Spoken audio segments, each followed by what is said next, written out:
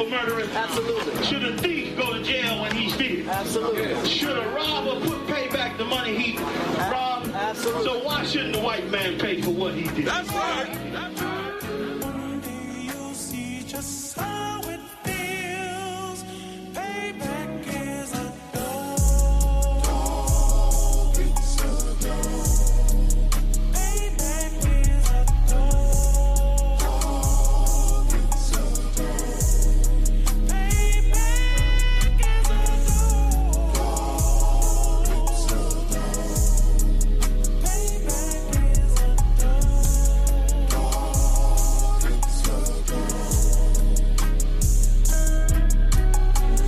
I'm in a hell of a hole, was never expected to grow. Just obstacles set in the road, that a result of me selling my soul. The story I'm telling is cold, but yet it's what everyone knows. The white man's the devil is known. America was never a home, only a place of captivity, safe facility, hating, disfigure me. They claim that I'm lazy, be killing me. Maybe the slavery draining my energy. 400 years and counting. The trail of my tears is countless. Main fact that I'm here is astounding, but I can't wait till this shit is surrounded. Ready to tangle my king and the angel, be ready to rap. Crack in the sky, nuclear missiles and make it official. I'm capturing every cracker surviving. Put them all in chains where they need to be. Slavery for me. And let the whole world see that with them in the cage and safer in the streets. Put the dog on a leash. Get resolved for the beast. 144, get the ruler show, we could all be at peace. As soon as the trumpets are sound, your kingdom, we busting it down. The only way justice is found, the time for your judgment is now. You'll see just how it feels. Payback is a dog. It's a dog. Payback is a dog. It's a dog. Payback is a dog. It's a dog. Payback is a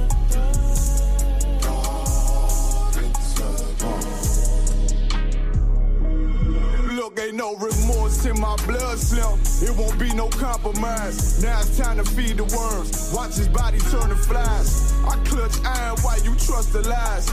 The next Glock I buy gon' be Gen 5. I get it customized. And sending shots off like farewell. Praying payback come back around like a carousel. Still remember your Honda's words ringing in my head like bells. Said you in his body, you fit a Lord, fuck the cocktail. Triangle choke, apply pressure to the game like I did Vondale. Payback's a bitch in a dress, she a bombshell. Revenge is dish served cold, I just hope they making oxtail. Glock fresh out the box, I swear it got that new car smell. Made myself a target in a world of mad shooters. Devils design fire for our babies to pass through it. And the day of our king's reign, I'll be overzealous. They bought my jealous, I bought brand new parabellums. You'll see just how it feels. Payback is a dog. It's a dog. Payback is a dog. It's a dog. Payback is a dog. It's a dog. Payback is a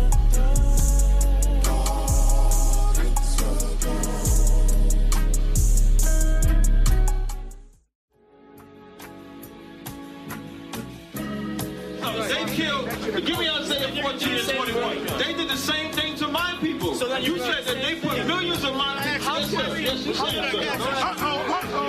Should a murderer go to jail for murdering? Absolutely. Should a thief go to jail when he steals? Absolutely. Should a robber pay back the money he robbed? Absolutely. So why shouldn't the white man pay for what he did? That's right. That's right. You'll see just how it feels. Payback is a dog. It's a dog. Payback is a dog. It's a dog. Payback is a dog. It's a dog.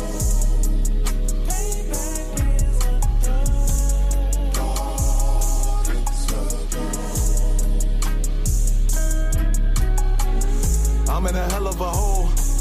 expected to grow. Just obstacles set in the road that a result of me selling my soul. The story I'm telling is cold, but yet it's what everyone knows. The white man's the devil is known. America was never our home. Only a place of captivity, safe facility, hating, disfigure me. They claim that I'm lazy, be killing me. Maybe the slavery draining my energy. 400 years and counting. The trail of my tears is countless. Main fact that I'm here is astounding, but I can't wait till this shit is surrounded. Ready to tangle my king and the angels, be ready to rap. Crack in the sky, nuclear missiles and make it official. I'm capturing every cracker surviving. Put them all in chains where they need to be. Slavery for me. And let the whole world see that with them in the cage and safer in the streets. Put the dog on a leash. Get resolved for the beast. 144, get the ruler show, we could all be at peace. As soon as the trumpets are sound, your kingdom, we busting it down. The only way justice is found, the time for your judgment is now. You see just how it feels. Payback is a dog. It's a dog. Payback is a dog. It's a dog. Payback is a dog. It's a dog. Payback is a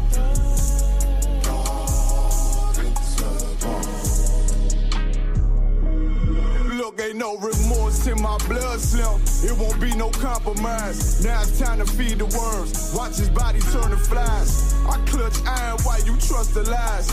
The next Glock I buy gon' be Gen 5. I get it customized. And sending shots off like farewell. Praying payback come back around like a carousel. Still remember your Honda's words ringing in my head like bells. Said you in his body, you fit the Lord, fuck the cartel. Triangle choke, apply pressure to the game like I did Vondale.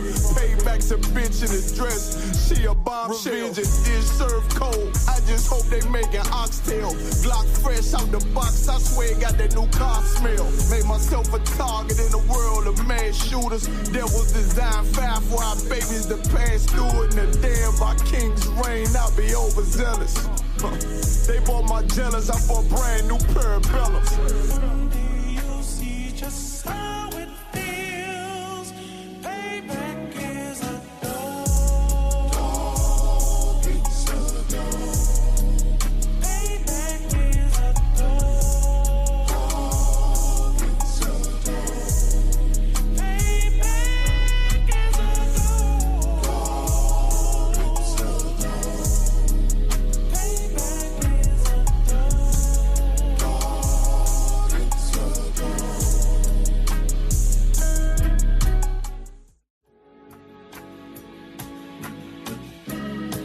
They killed, give me Isaiah 14 and 21. They did the same thing to my people. So you said that they put millions of my All right. Yeah. It's about that time. All right. Shalom Israel, Yahweh Shem Yahushua Barakatham, Yahweh Shamar, Alathan Bashim Yahushua. Priest and also Shab of the ISUPK, started 1 West 125th Street, Harlem, New York, under commanding General Yohana. Tonight is the Tuesday night Brotherhood class. Every Tuesday we broadcast live from Orlando, Florida. Just to let everybody know, if you're looking to join the class online, we have the link posted in the YouTube chat. Just click the link. If you want to make any comments, want to follow along, if you have any questions, you are welcome to join. Anybody that's new in the school, that's looking to get a Hebrew name, make sure you fill out the information on this link so that way you can get credit for today's class. Big up to everybody tuning in. You know what I mean? We just left Atlanta. Get the Lord a hand for that. You know what I'm saying? The Lord 56th annual Passover, man, went down in Atlanta, man. Y'all tell me how y'all feeling, man. Comment how y'all feeling. If y'all was in the building, tell me how everything went. How did you enjoy it? If you was the first one, let me know too. You know what I'm saying? Shout out to Shabar, Zakia. Shout out to young man Drew. All right. Shout out to Shayara. Shalom. Yeah, tell me how y'all feeling, man. How y'all feeling? How was the Passover? How y'all doing so far, man? Go ahead. Go ahead and type it in the comments if you want to join the live. Like I mentioned, the link is posted in the YouTube chat. All right.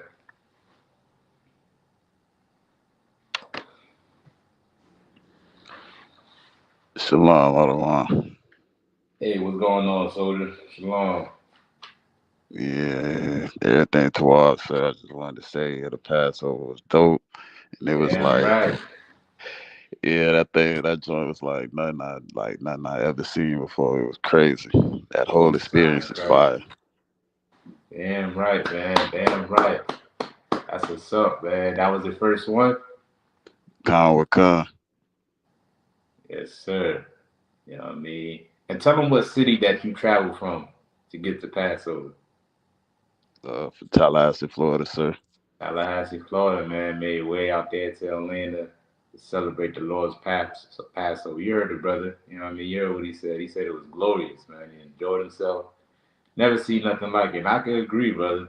You know what I mean? Like it's something about just seeing black people, walking in their honor, rightfully so, like they as they should be. You know what I mean? It's something about that, man, to see blacks, Hispanics, and Native Indians come out of whatever condition they in, come together to serve the Lord and do it with honor. You know what I'm saying? Do it with their chest out, you know what I'm saying, head up high, without no shame of who we are, man. It's a beautiful thing, man. There's no doubt that this truth is from God. You know what I'm saying? That the Bible is our book. There's no doubt about it, man. You know what I mean? Anything else you wanted to add?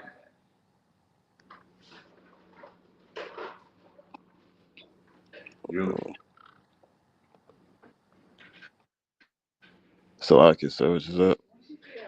I said there was anything else you wanted to add? Shoot, so nothing. Uh-huh. Well, yeah, I will say,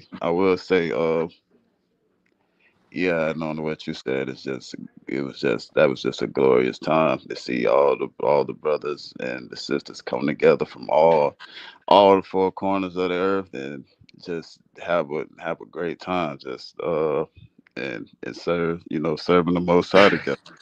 Wasn't no fighting, no arguing, no none of that.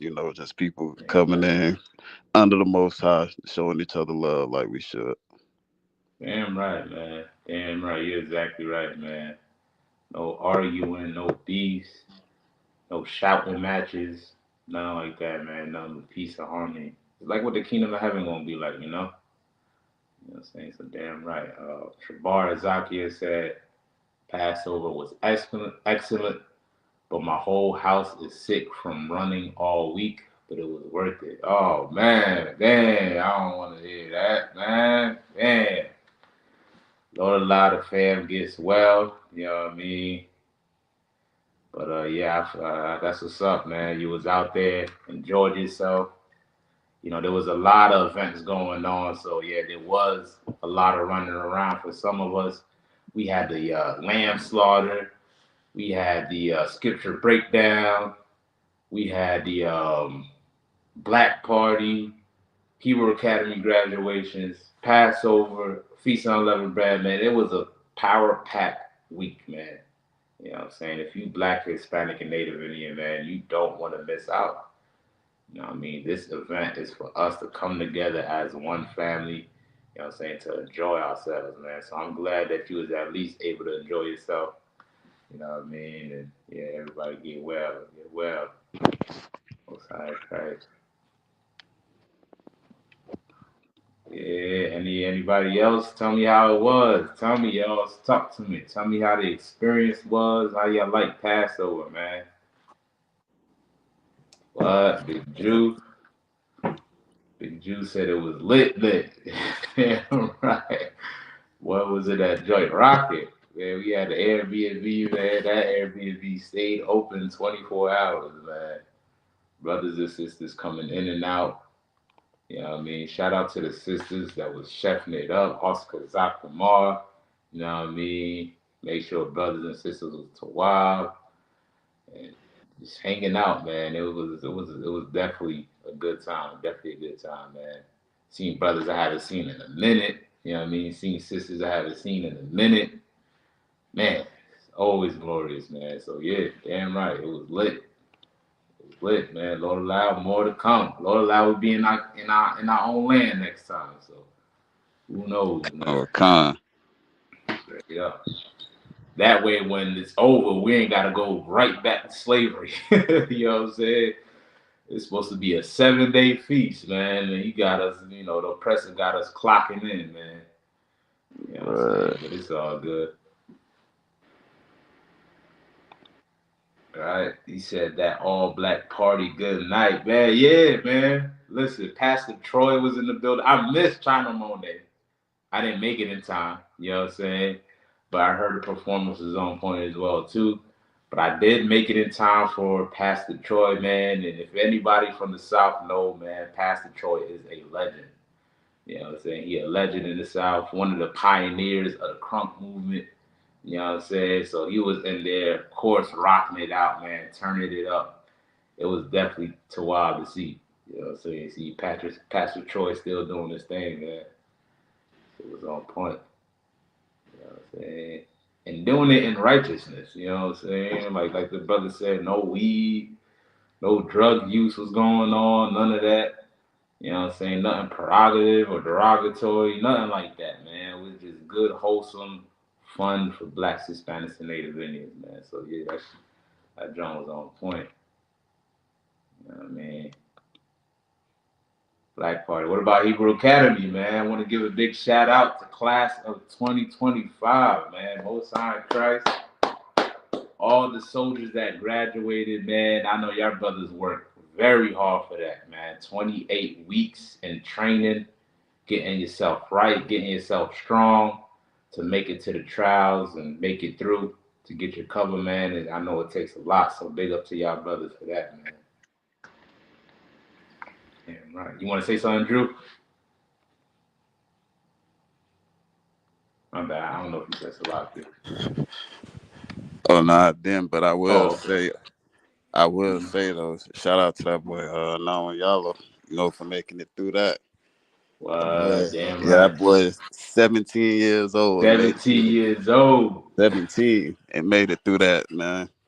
Yeah, damn right, man. Damn right, man. Big ups to that brother. Strong brother coming up strong out of West Palm Beach. 17 years old. Man, that says a lot to what Commanding General Yohana is doing in the Black, Hispanic, and Native Indian community. You know what I'm saying? You ever want to doubt our works, doubt our contribution to the community? Look at these brothers, man. Man, we take young men, young soldiers that the world would have neglected and outcast him and called him all type of derogatory terms and make him feel like he's less than himself. Commander Geniana will see brothers like that and raise them up to be strong warriors for Christ, man. You know what I'm saying? This is what we doing in the ISUBK. Brothers as young as 17 years old, man.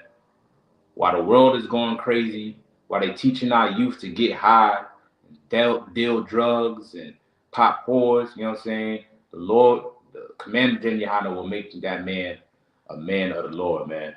Clean him up, teach him how to be righteous, teach him how to be honorable, teach him how to be a soldier, man. You know what I'm saying? This is what we're doing in the ISUBK. So if you ever need proof, just watch. Open your eyes, you'll see it, man. You know what I mean? There was brothers out there on wheelchairs. Right? Brothers with broken arm and all that, man, made it through. You know what I'm saying? So no cowards, no excuses, man. This is what we're doing for our people. You know what I mean? So big up for that. Yeah.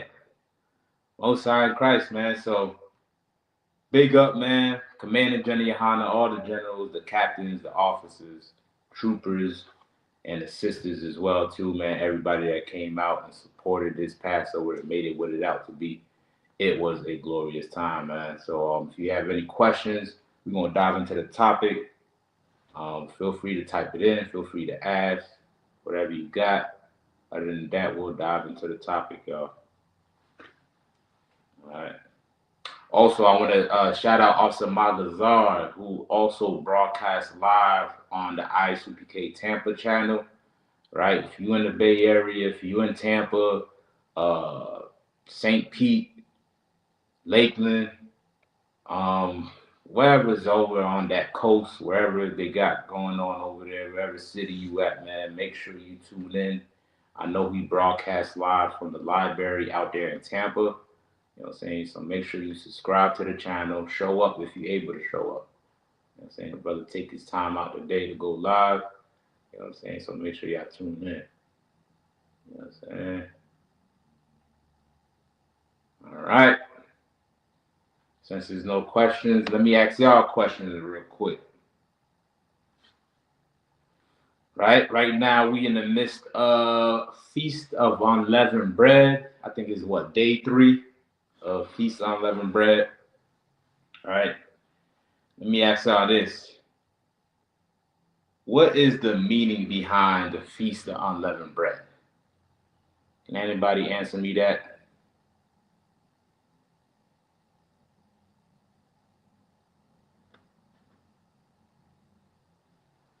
What is the meaning behind Feast of Unleavened Bread?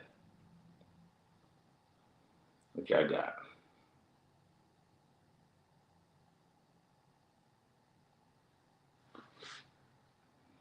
Anybody? Salakia, sir. Can I take a stab? Yeah, go ahead. Uh, the meaning behind it is, I'll say, to get rid of the spirit of levity, like being puffed up and thinking you more than what you really are, like for lack of better words. Okay. Yeah. I will definitely accept that answer because that answer is biblical in the Bible as well too. But I was more so looking for the origin, right? The reason behind it. But yeah, there's definitely a spiritual significance, and I'll touch on that after somebody can give me the answer about the origin. So we'll touch on that, right? Anybody can, or if you want to take a stab at that, Drew, you know what I mean? The origin, the reason why we celebrate the Feast of Unleavened Bread.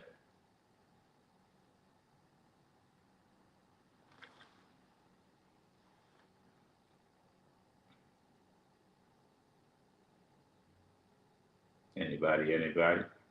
Anybody in the chat? Go ahead and type in the answer. What is the meaning of Feast of Unleavened Bread?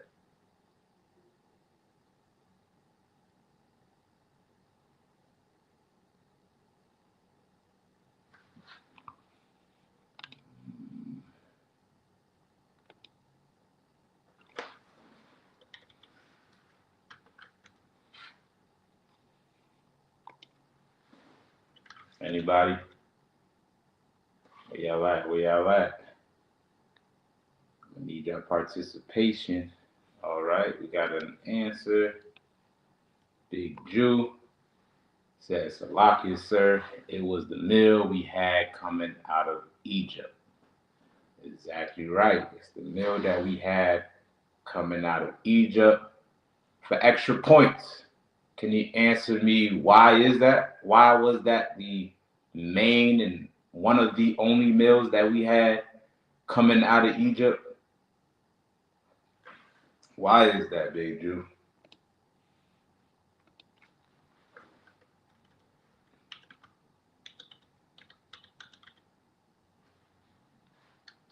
All right.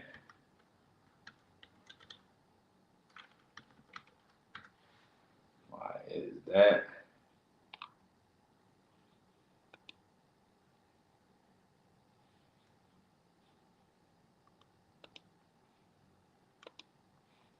All right. 1 second. I'm gonna get to your comments.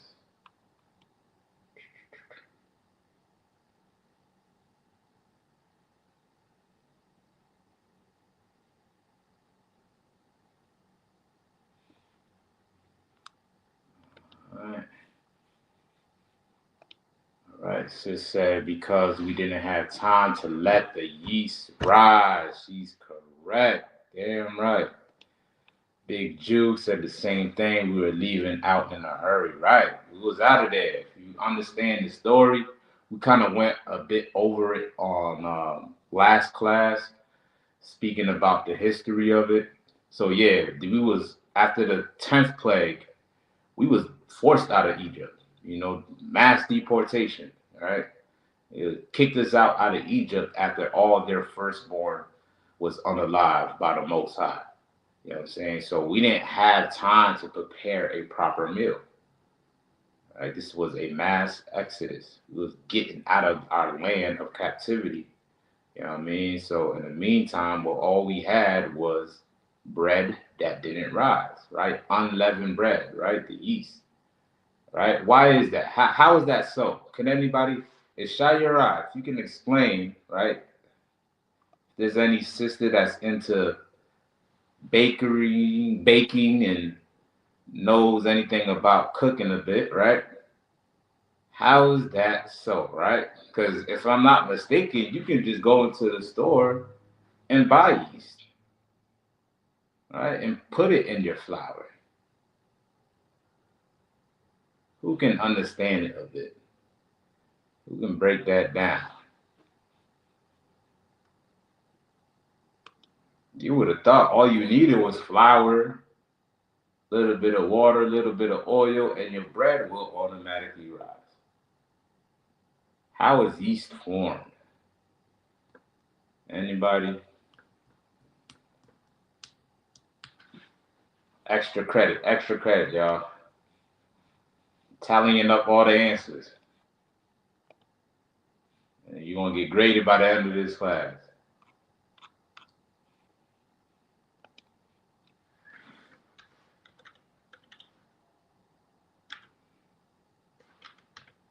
All right. Anybody?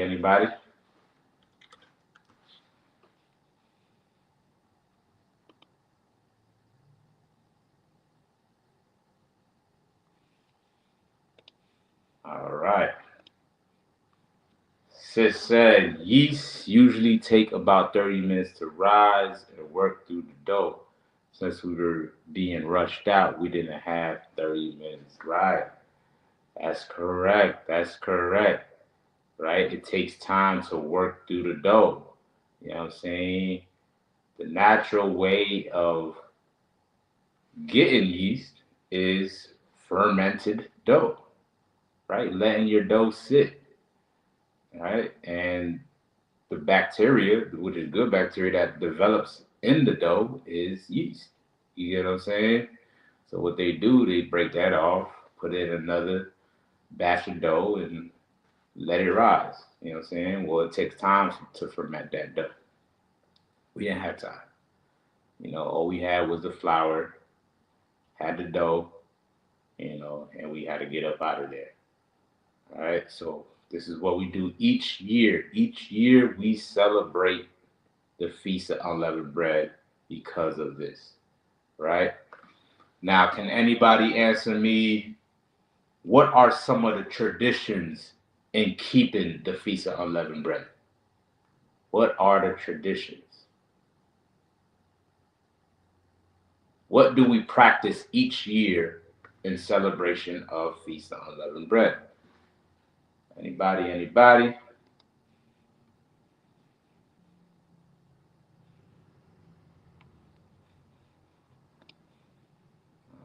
All right. Hey, shalom, sis. Anybody? Come on, give it a shot. Drew, anybody in the chat? What are some of the traditions? Or what's the main tradition? Let me start with that. What's the main tradition of the Feast of Unleavened Bread? There you go. Big Jew got one. Right? Taking out all the leaven in your house. Yes. Right? This is one of the traditions or the practices that we follow in the celebration of Feast of Unleavened Bread. So that means whatever bread that you own, particularly, right? If let's say you're rooming with somebody, or you stay under the roof of somebody else, You know what I'm saying? Make sure it's something that you own. What you want to do is get it out of your house, right? So all that bread, whatever you got can rise, uh, all of that. You know what I'm saying? Get it out of your crib, right? So if it's in your crib now, you better get you late. You know what I'm saying? The Lord said it's not supposed to be there from the start of Feast of Unleavened Bread till the end. Okay, so purge all that leaven out of your house. All right?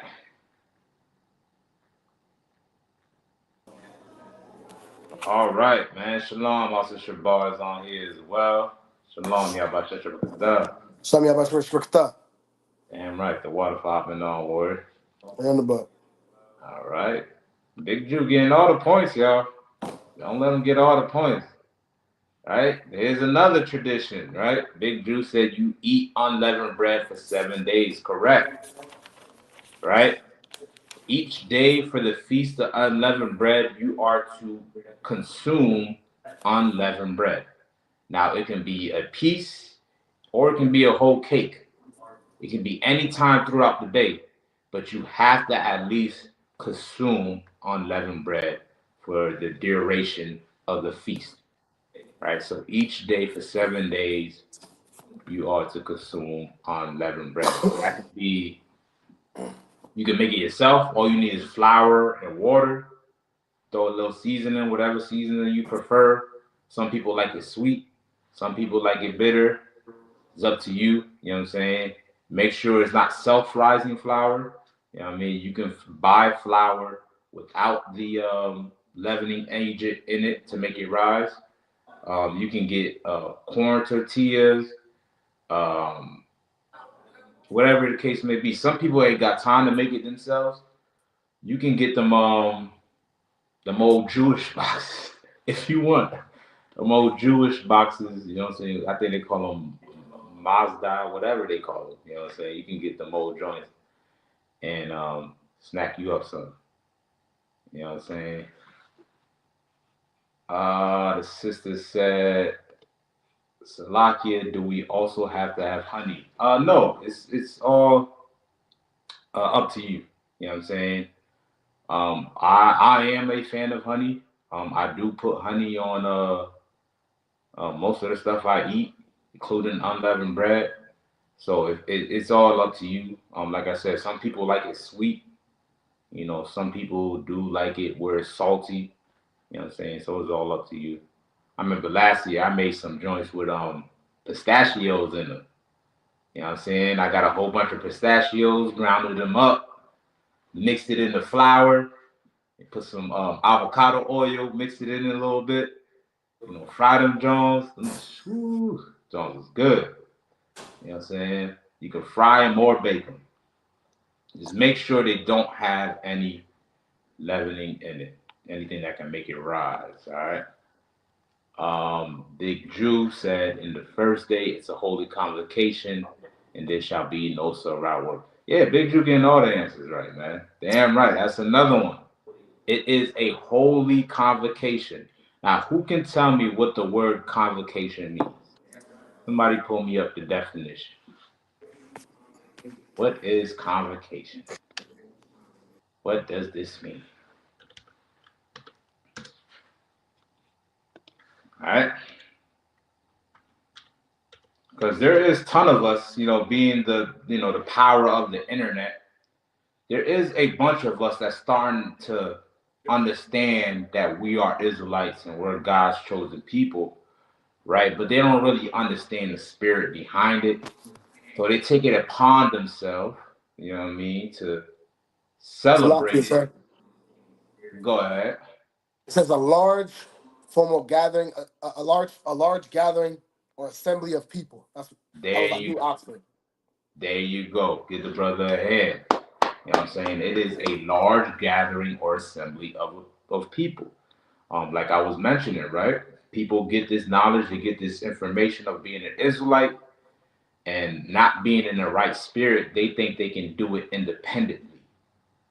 You know what I'm saying? When the tradition of keeping the law, part of keeping the law of the Feast of Unleavened Bread or Passover is for you to come together as a nation. You understand? This is not something that you do independently or individually with only just you and your family. It's easy, right? That's the easy way out. You know what I'm saying? The Lord is not coming to rescue us as individuals. We went into slavery as a nation, and guess what? We're gonna get out of captivity as a nation as well too. So it's very important that we learn how to come together. And one of the ways that it could be done is by keeping these high holy days. Holy convocation. The first day is a holy convocation, and guess what? The last day is a holy convocation as well too. Both days are holy convocation, and in between them, you ought to do no servile work. But being we in the land of our captivity, some of us ain't got no choice. We can't get this whole week off. Understandable. But when we're in rulership, when blacks, Hispanics, and Native Indians rule the earth, guess what? Everybody's going to have the day off for the Feast of Unleavened Bread and Passover. You know what I'm saying? So, yes, this is the tradition, Feast of Unleavened Bread. Make sure you don't forget it. All right? And that's how we're rocking out. All right, so let's get the spirit behind it real quick. Let me get 1 Corinthians 5 and 7 real quick. All right. General Hazayan went over this as well during the Passover. Young man Drew mentioned it, so why not go over it, right? I got it. All right, you got that word? 1 Corinthians chapter 5 and verse 7. Mm-hmm. Purge out therefore the old leaven. Purge out what? The old leaven. Your old leaven, right? What is this speaking about? Right, what is this talking about? Salakia, sir. Go ahead. So since we know most Christ talks in parables, when it says purge out the old leaven, you may be a new lump as ye are unleavened bread. So are you purging out the old man here? Is that what it's saying? Yes, that's exactly what he's saying. Right? You want to purge out the old you. Right? The old leaven. The leaven that told you that no matter what you do, God knows your heart. You know what I'm saying? The leaven that told you that whatever you ask God and pray for, he will bless you with it immediately. You know what I'm saying? The leaven that taught you that you don't have to follow the laws of God, that the laws are done away with, and you can celebrate whatever you want to celebrate. You know what I'm saying? And these are the things that our people pride themselves on, right? We are puffed up with the beliefs and the philosophies of these religions that tell us these things. You know what I'm saying? Like I mentioned a couple classes ago, you know what I mean? Every belief that's out there outside of the Bible, outside of the truth in the ISUPK, is all egocentric. It's all a belief that makes you the center of that belief. And that's all Christianity is, Islam, Wahhabism, Egyptology, zodiacs, whatever you believe in, Catholicism, whatever. You know what I'm saying? All it does is boosts your ego and puffs you up in thinking that you have God in your back pocket and that God is with you while you sin against him. You know what I mean? And that is far from the truth, right? So you want to purge that out. The same way you're physically purging out leaven out of your house, well, guess what? What is your body? Your body is what? What is the Bible? The Bible refers your body as. Salakia, sir. Go ahead. Your temple. Right. It is the temple of God. You know what I'm saying? Your body is the temple. Right? So you purging it out of your house, right? Physically, right? You also need to purge that leaven that lives within you, that exists within you, out of your body. Right? It's not saying to draw out blood and extract yeast from your blood. stream or whatever the case may be. You know what I'm saying? This is more spiritually speaking. You know what I'm saying? Whatever that causes you to be puffed up like bread does, that causes you to rise like your ego, you know what I'm saying? You want to purge that out of you. Right? Read on. Kind of a con. That ye may be a new lump, as ye are unleavened. For even Christ, our Passover, is sacrificed for us. Right. Christ is the sacrifice because he was perfect. You know what I'm saying? A lamb without blemish who gave his life so we can get a second chance. You know what I'm saying? This is not something that was brought about by your own idea or your own actions. We all have made a mistake in sinning against the Lord. You know what I'm saying? Some of us, like we spoke about in the beginning of the class, this was our first Passover for some of us. You know what I'm saying? So guess what we was doing beforehand? Everything that the Lord told us not to do. You know what I'm saying? So there should be no reason why you should puff yourself up and making yourself out to be, like Drew said, more than what you really are. You know what I'm saying? We are servants of Christ. Everything he told us to do, we got to do. How many of y'all know that Christ celebrated Passover as well, too? Anybody there, y'all know that? Yeah, all right. All right, y'all knew that? Y'all knew that? Con. Okay, so what's the precept? What's the proof? I'm the Christian. I'm asking for proof. Christ didn't celebrate Passover. He celebrated Easter. And we celebrate Easter and Christmas because it all comes from God. And as a Christian, I celebrate Easter. Somebody said Salakia? Officer Shabar. I could paraphrase a precept, but isn't it Matthew?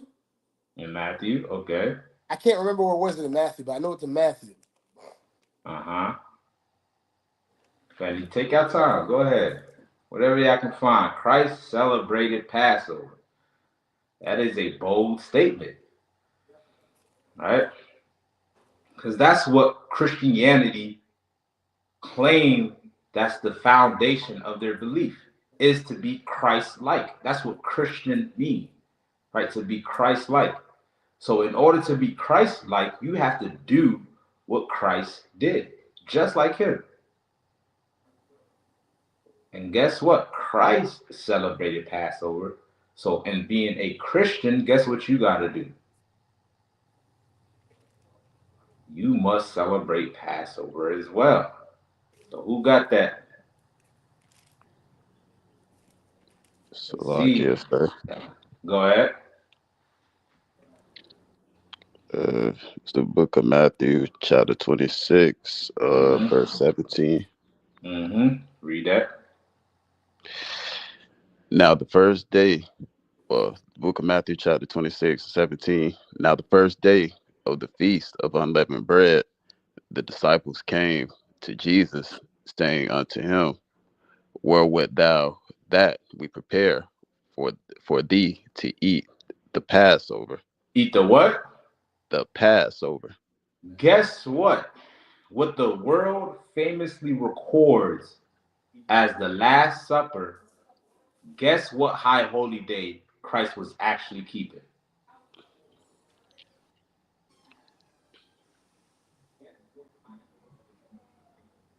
You want to give it a shot? You just read it right now. Oh, yeah. Read that part one more time. Oh, con. Now the first day of the feast of unleavened bread, the disciples came to Jesus, saying unto him, where wilt thou that we prepare for thee to eat the Passover? The what? The Passover. That's what it was. The Last Supper was not no brunch with him and his disciples. It's not no just some get together for tea and biscuits. You know what I'm saying? It was Christ observing the Passover. That's what the Last Supper was all about. All right? The most famous encounter of Christ that people know of, right? They got that whitewashed image of him with all his disciples sitting at the table. You know what I'm saying? Well, that image is based off of him keeping the Passover. Of course, it's not historically accurate because it's all white people in that image, but I'm just trying to give you the understanding. You know what I'm saying? That the Last Supper was the Passover because the brother just read it right here, right? Any more on that? It's like, yeah.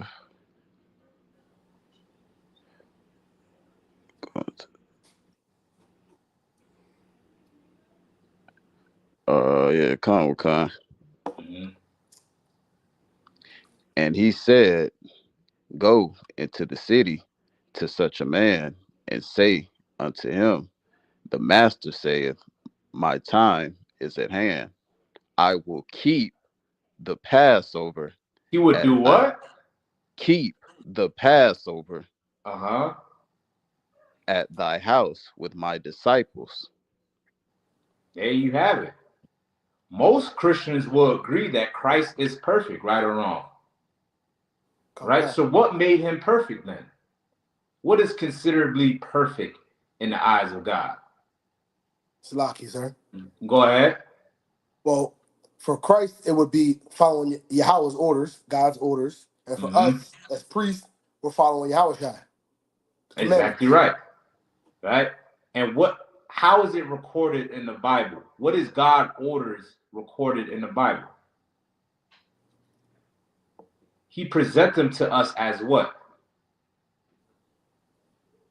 Boss. To give the brother a hand. You know what I'm saying? That's what perfection is. Well, guess what? Keeping the Passover is a what? It's a law. You get what I'm saying? Christ being perfect kept the laws of God. Like Shabar said, he did everything the Most High told him to do. And one of those was keeping the Passover. You know what I mean? If Christ was out there breaking the law, that would give the Jews that was around at that time more validation to crucify him. You know what I mean? But they had nothing that they can hold on to him, no accusation that was true, because Christ was perfect. He kept every commandment. And he said out of his own mouth that I come not to do away with the law.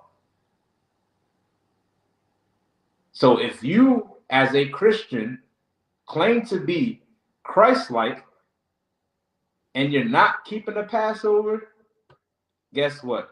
You're not really following Christ, man. You're not really following Christ. You don't love Christ if you're not keeping the Passover.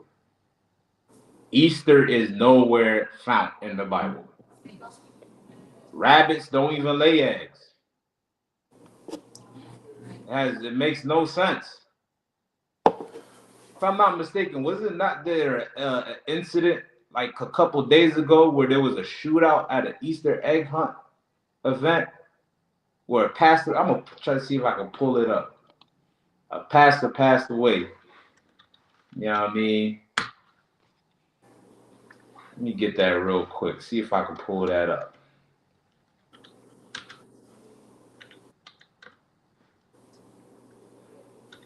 Give me 1 second. I'm coming. All right, let me grab this. Yeah, there you go. All right, Lord be with them. Man, that's crazy. You know what I'm saying? But this is why the Lord required that we don't celebrate these wicked holidays. Hold on, let me share that.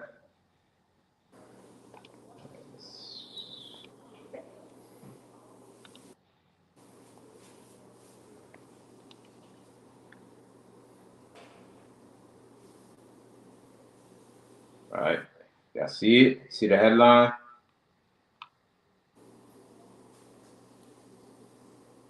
All right, church deacon. Do y'all see it? Khan. Okay. Khan. Right? Church deacon killed protecting others after gunfire erupts at Easter egg hunt.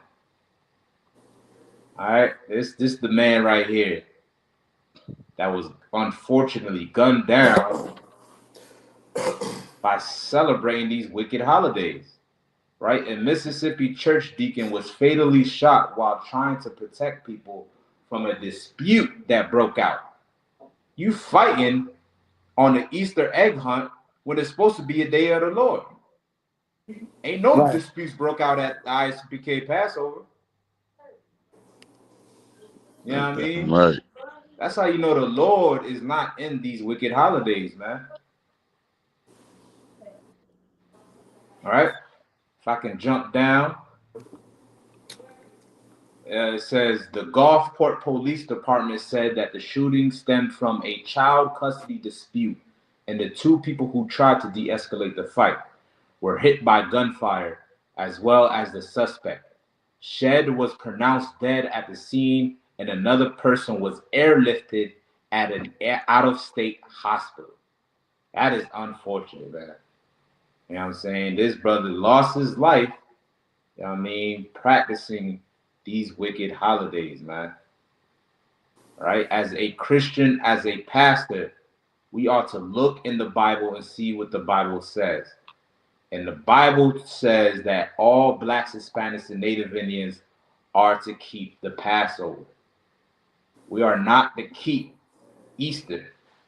It's not in the Bible. It's a sin against God. It's a pagan holiday.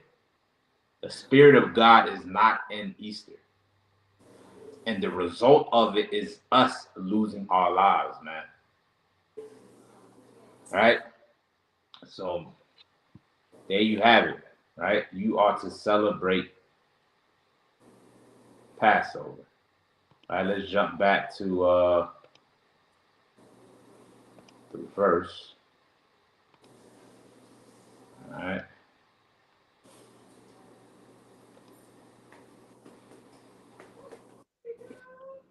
All right. And you can continue on verse 8.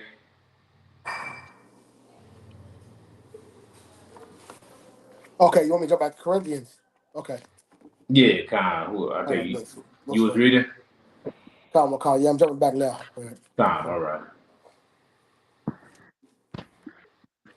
1 Corinthians chapter 5 and verse 8. Therefore, let us keep the feast, not with old leaven, neither with the leaven of malice Of and what? wickedness. With the leaven of malice and wickedness. Right. What is malice? Do anybody know what malice is? Let's get that real quick. Let's get the definition real quick. What is malice? Anybody in the chat as well? Y'all can chime in, join in, y'all. Come on in.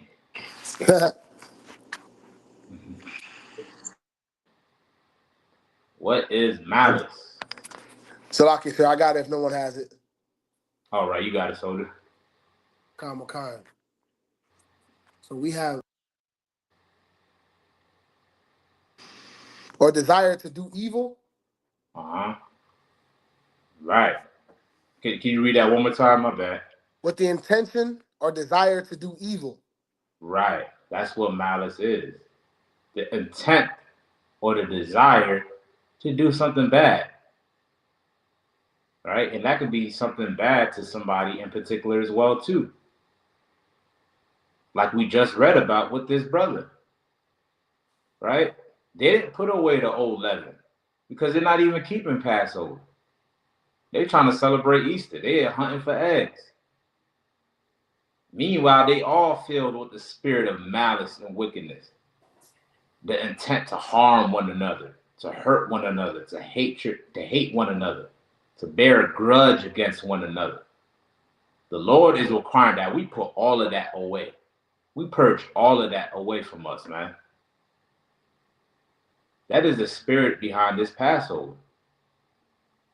You know what I mean? We are to become brand new. Christ gave up his life for this nation. We ought to do the same for one another, man. So that means whatever that issue that you may have is something that can easily be fixed if you love your brother like how Christ loved the church.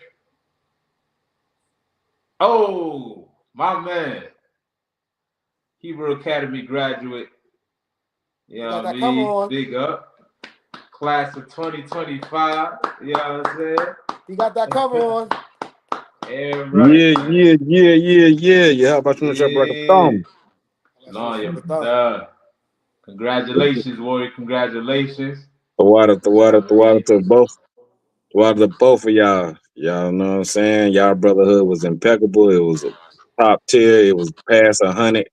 The water to both of y'all, man. I appreciated everything y'all brothers did for me. The water. Most High in That's Christ, Christ. man. Most Most High High in Christ. Christ. That's nothing but your dedication and hard work, brother.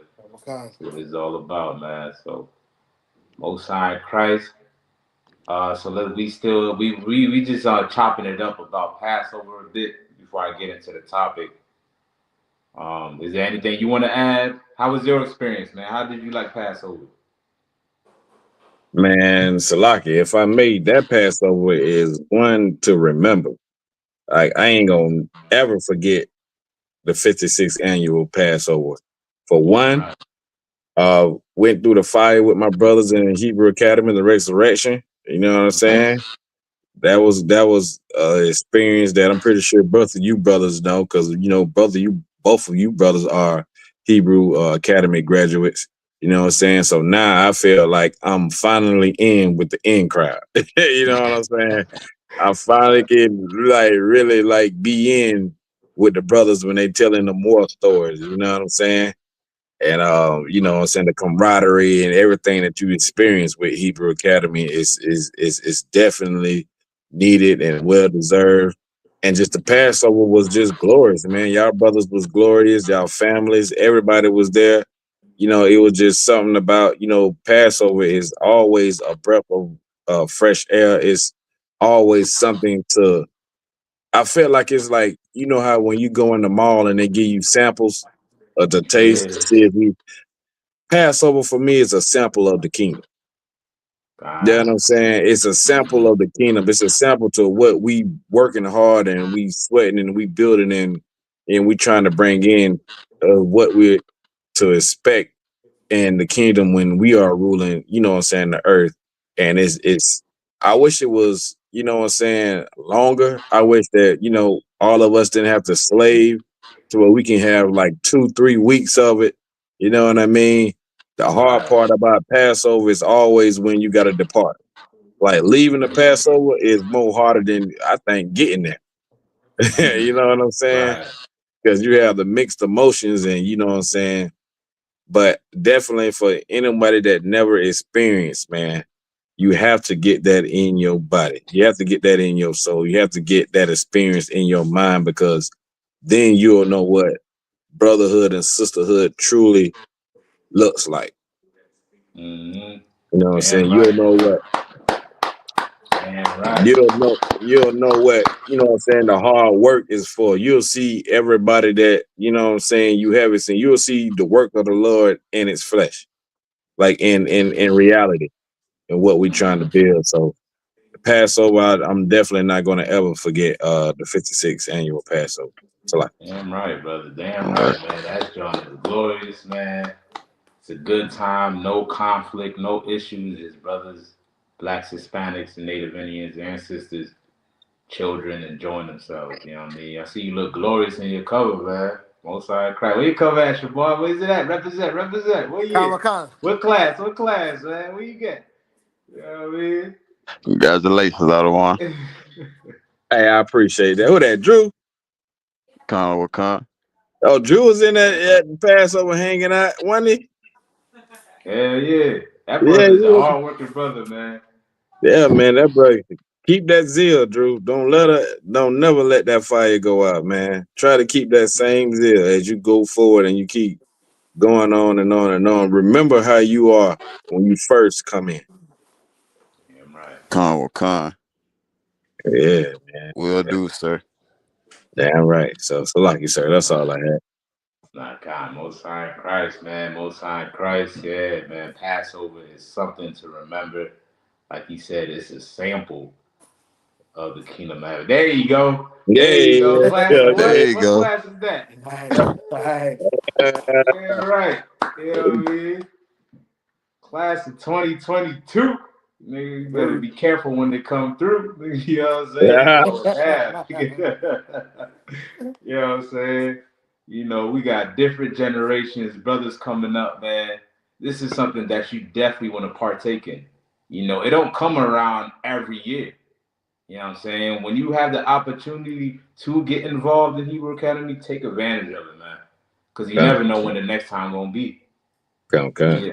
You know what I'm saying? So these brothers, man, worked hard, man. Worked hard for these covers, man. It's not an easy task. You know what I'm saying? But it looks good on y'all brothers, man. Keep getting stronger, man. Damn right. Damn right. So let's get back to unless anything y'all brothers want to add. Let's get back to the verse. Con. So 1 Corinthians chapter 5, verse 8 from the top. Therefore, let us keep the feast, not with old leaven, Mm-hmm. neither with the leaven of malice Mm-hmm. and wickedness, Mm-hmm. but with the unleavened bread of sincerity and truth. Right. This is what the spirit we should be in. Right? Get rid of the stuff that puffs you up. Yeah, I know you hot, Shamar. My bad. I mean, get him hot real quick. Yeah, my bad. It is hot as hell down here too. You know what I'm saying? But yeah, we are supposed to be coming in that type of spirit, right? Leaven is what makes bread rise. You know what I'm saying? And like the scriptures say in Galatians, don't you know that a little bit of leaven leavens the whole lump? If you have something a little bit within yourself that you didn't work on, like General Haas says, Satan is going to use that against you. You know what I'm saying? Satan will use that against you if you're not careful. That's why you got to make sure that you constantly working on yourself. You know what I'm saying? Constantly pushing yourself to be better. Constantly doing what the Lord said is right to do and not your own mind. You know what I'm saying? Because it's easy to get puffed up in doing this work. All right? We see it all the time. We see giants crumble all the time. Brothers who you thought was mighty, brothers who you thought was strong. You know what I'm saying? They got this whole incident that's going on with a cat named Gorilla Hebrew. You get what I'm saying? I'm sure if you're in the Israelite world, you know of this cat. And he's highly revered amongst the Israelite community. But all that stuff that he had puffed up within himself came out to the forefront.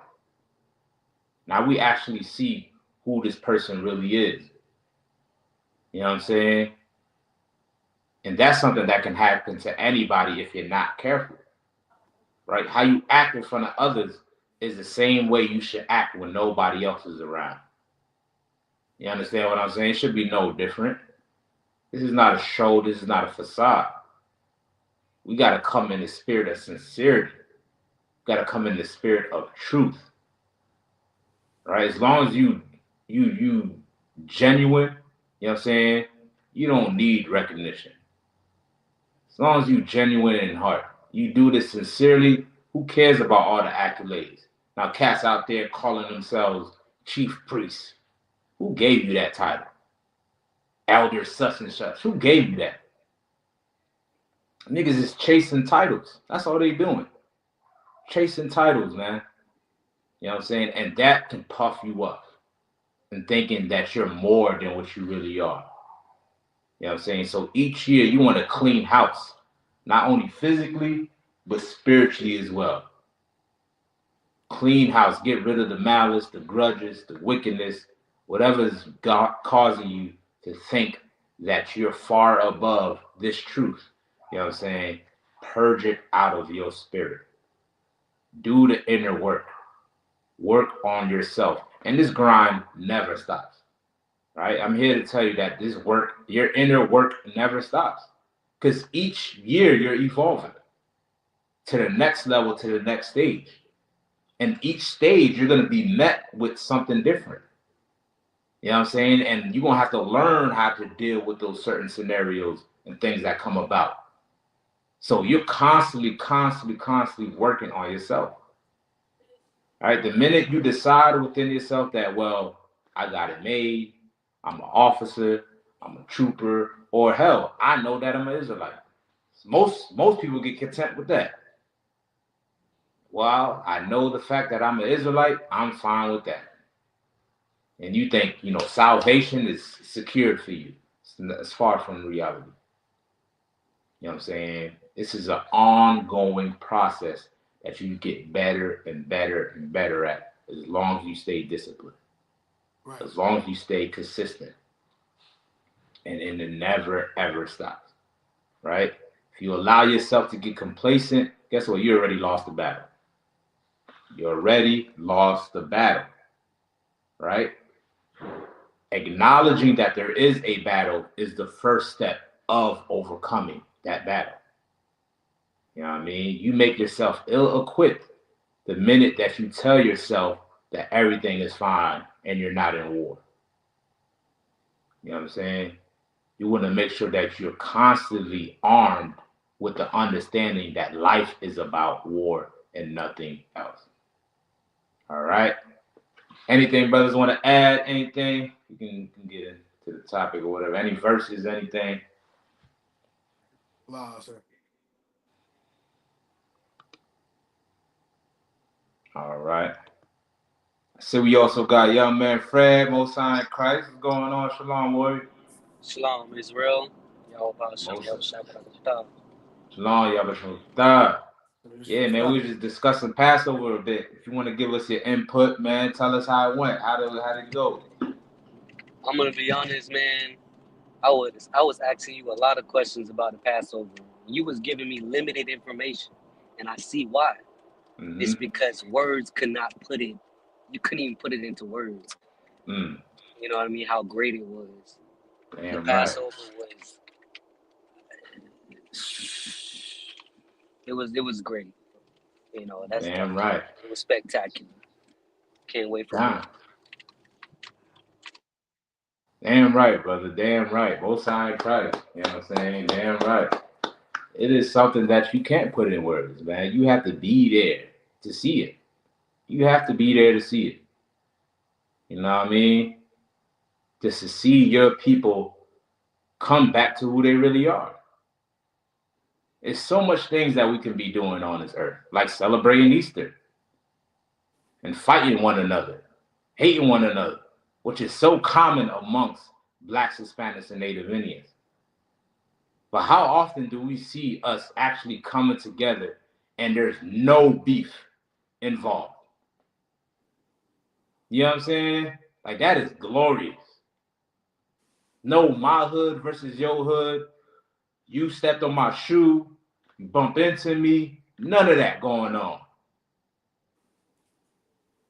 Everybody just getting along like Christ commanded us to do, man. And that is a glorious thing, man. You know what I'm saying? This is what it's all about. It's all about Blacks, Hispanics, and Native Indians coming together as a nation. All right? Anything else, man? We'll dive into the topic. If not, Lies, sir. all right, let's get. All right, for today's topic, I got titled Understanding Emotions. All right, this is the Brotherhood class, so we're going to understand the emotions, right? We just said that how we got to purge ourselves of certain things, you know what I mean? Whether it's your ego, your pride, or thinking that you're more than what you really are, I mean, you got to understand where all this stems from. You know what I'm saying? And what we're going to discuss is understanding emotions and see what the Bible has to say about it. All right, me and my brother Drew was having a conversation about this. You know what I'm saying? It was a good conversation. So I feel like why not make it a class, right? All right, emotions, right? First thing I do want to mention, when it comes to emotions, it is something that everybody has, right? Emotions are a part of you being human. It's not something that you can't get rid of, right? It's not something that you're not born with. We all have them. You know what I'm saying? The problem is majority of us don't know how to regulate our emotions, right? Or we become too excessive within our emotions, which cause us to be emotional. You know what I'm saying? There's a difference between having emotions and being emotional. You understand what I'm saying? And being emotional can cause you to be put in positions that can be very detrimental to your well being. You know what I'm saying? That can cause you great harm to yourself and to others. You know what I'm saying? So I think it's very important as God's people to understand how to regulate and control these things that we're born with, that we naturally have. You know what I'm saying? Right? Let me get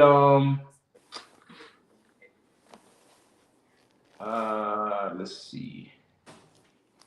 Drew, what verse did we get in Jeremiah? Do you recall? If not, it's the wild. Salakia, sir. Go ahead. That unleavened bread. That Hey, unleavened bread.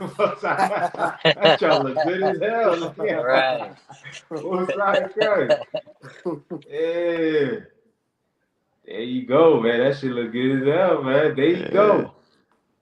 That's black culture, man. Every black, Hispanic, and Native Indian should be doing that, man. You know what I'm saying? Indulging yourself in your culture. So you was gonna say something, Drew? La, sir. But I was Okay, about to say I gotta find that Jeremiah verse real quick. no sweat, no sweat. I think it's Jeremiah 17:9. Let's grab that real quick. What con? Jeremiah 17:9. And before you read that, I just want to just set it up with this, right? Well, when it comes to emotion, a lot of it mediates our perception. You know what I'm saying? Meaning how we perceive things is oftentimes dictated by our emotions. You know what I'm saying? Sometimes things can be actually what it is in reality, but because our emotions are so high, we'll perceive it a certain way. If y'all dig what I'm saying, right? You know what I'm saying? And some of us, who don't know how to control or regulate their emotions, we make emotions our God. Meaning, however how we feel must be right, and it must be expressed right then and there. You dig what I'm saying? Just because you feel it doesn't mean it's right. Emotions is not your God.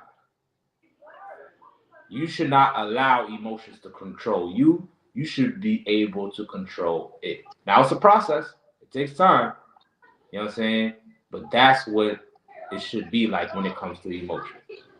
Right? You got that for me, Drew? What con? Oh, you got that word. Book of Jeremiah, chapter 17, verse 9. Mm-hmm. The the heart is deceitful above all things. Read And that one more time. the heart is deceitful above all things Read on. and desperately wicked. Mm-hmm. Who can know it? Right. When the Bible refers to the heart, what is it referring to? Go ahead, Salakia, Elder sir. Shabar. Oh, God. Oh, Drew, young Drew, you got it. Go ahead. Salakia. Go Con, ahead, Drew. con. Mm-hmm. Uh, the heart is talking about the mind. It's talking about the mind, right? It's not talking about the organ that's in your chest that pumps blood, right? Now, also, it does, depending on your heart rate, can also communicate your emotions, you know what I'm saying? But when the Bible speaks about the heart, it's not talking about that organ, but it's talking about your mind. $1 million question, right? If y'all want credit for this, where do emotions come from?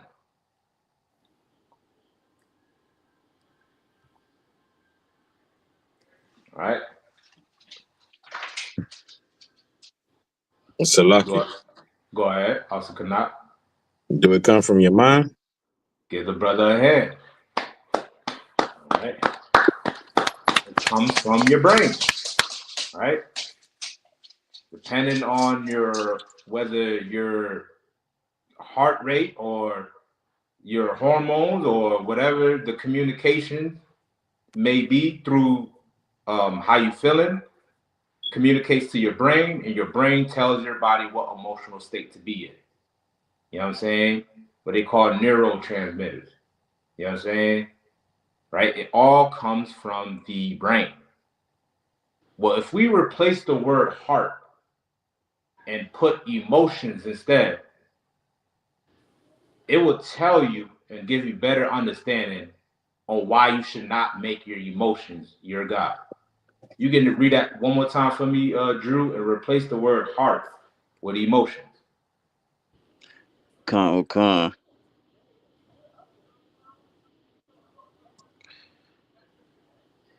Emotions are deceitful above all things Mm-hmm. and desperately wicked. Mm-hmm. Who can know them? Well, guess what? Since emotions come from your mind, which is the heart, the Bible is saying that your emotions are deceitful, man. They can deceive you. You know what I'm saying? Desperately wicked above all things. Like I mentioned, just because you feel it doesn't mean it's true. You know what I'm saying? Like, for example, if somebody's like angry or mad at or upset at something, right? Instead of utilizing logic, you know what I'm saying, first before they express themselves, right? They'll find themselves in a situation far more worse than if they would have actually first thought about it, right? If you utilize your logic, you can find that, well, maybe I'm mad for no reason. I'm angry for no reason. If I first process it, right? Using logic, using wisdom, rather than just feelings and emotions. You know what I'm saying? Because feelings and emotions mediate our perception on how you perceive things. And you can be very deceived in it. You can be very deceived in it. You know what I'm saying? Your anger sometimes is not always valid. Right? Being sad, right? Having one bad day doesn't mean you're now clinically depressed. You know what I'm saying? Right? Having, like we read, malice and wickedness. Right? Even the emotion joy and happiness. Well, guess what? Too much of anything is not good for you. Why would I say that? Why would I say happiness and joy? Why is that? Why is that not the only emotion that you should only cleave on to?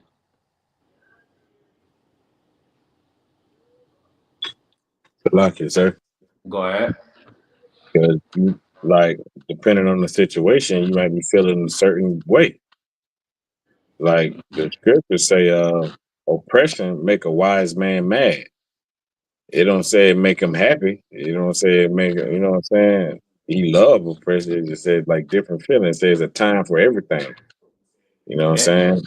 So what I'm thinking is, depending on the situation, depending on your emotion, and you got to be careful with, you know what I'm saying, with that to not be too emotional in a certain situation. Damn right. Give the brother a hand. Damn right. Right. You know what I'm saying? Right. With happiness, when it comes to us, because Christianity, all it does is force feed us with the idea that life is all about your individual happiness. And in thinking that, we often put morality over, no, we often put our feelings over morality. You dig what I'm saying? So as an individual, some of us are pleased by different things. And if if it makes you happy enough, right, doesn't mean it's moral, doesn't mean it's righteous. But religion will teach you that life is all about you just being happy, when that's not the truth. That's not the case. You know what I'm saying? Too much of it can be detrimental to you. Like Officer Canuck said, you know what I'm saying? Uh, oppression make a wise man mad. You know what I'm saying? If you wise enough, if you smart enough, you're supposed to understand that you are oppressed. Lock you, sir. You know what I mean? Go ahead, soldier. I just wanted to add on. It's on topic. Mm-hmm. You know, the scripture says, "When I was a child, I thought as a child." Right? You do childish things, right? So if you think about it, a child is always happy. That's being happy every day is a childish mindset because we're taught here in the ISBK you have to endure until the end. So it's like a roller coaster ride. You know what I mean? Each day you're gonna have different trials and tribulations, and what Officer Canuck said, you know, and what you're saying, the heart is deceitful, your mind is deceitful above all things. You know what I mean? If something doesn't happen at your pace, you know, you have an attitude, but you'll require others to move on your command. And that's just not how life goes. You know what I mean?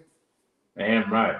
Give the brother a hand. Give the brother a hand. You know what I'm saying? If you only focus on that emotion in particular, what happens when you get bad days? You want to understand how to handle it because you was never taught that, how to handle that emotion. Because all you was fed to believe is that you're supposed to be happy and bliss all the time. You know what I'm saying? Life is about ups and downs, about good times and bad times. That's what life is all about. You know what I mean? In the midst of it all, do not let your emotions dictate you. You dictate your emotions, right? Let me get Wisdom of Solomon, 7:24.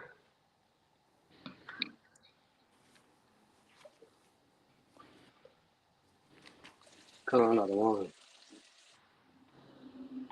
All right, if you got that, you got it.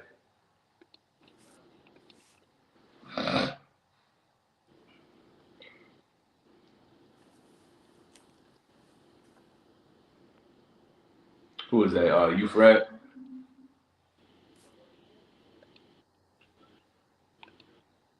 Whoever said he got it. Connor, it was him. It was Fred. And when Fred. All right, whoever. If you got it, Fred, you can go ahead and read. Salaki, can you hear me, sir? Yeah, I hear you just fine. Okay.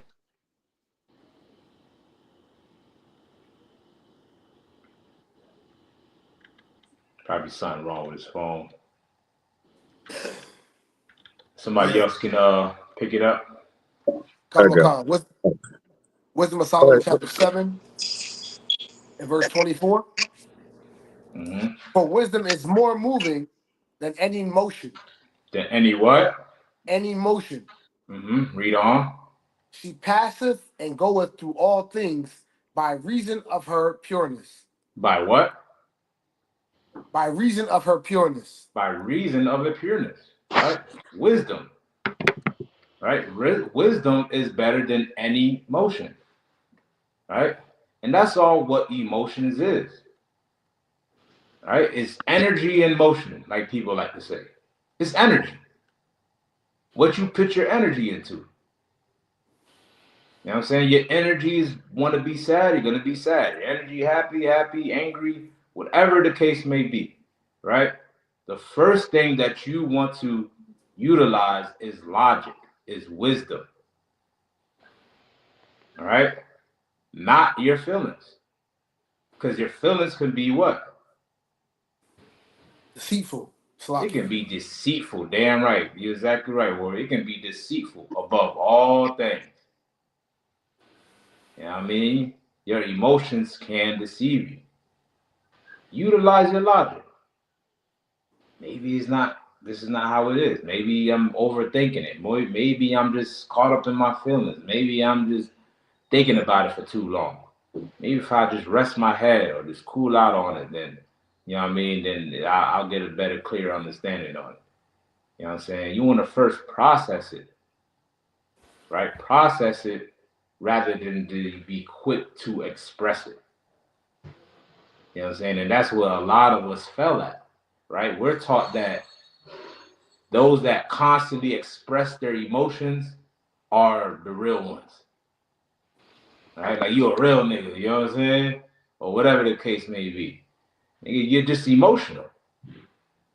You know what I'm saying? Like you don't know how to regulate and actually first calm yourself down and go about with your emotions. There's nothing real with you constantly overly expressing your emotions. You know what I'm saying? It's best to learn how to regulate them. And some things work for better, right? For others, right?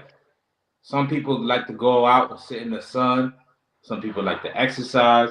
Some people like to take a long walk. Some people like to draw. Some people like to paint. Some people like to sing. Some people like to go out in nature. You know what I'm saying? Whatever works for you, let it work. You know what I'm saying? All right, that's what you should rely on. So when the situation comes about, you already have your logic and your wisdom and your wits about you. You're not gonna fall short by allowing your emotions to take control. You know what I'm saying? Wisdom is everything. Wisdom of what? Wisdom of the Bible. Wisdom of these scriptures. On how to behave, what to do, what not to say. Right? The Bible is the greatest tool that you have. Because everything about your life is what? Recorded in the Bible. You was gonna say something else, good night?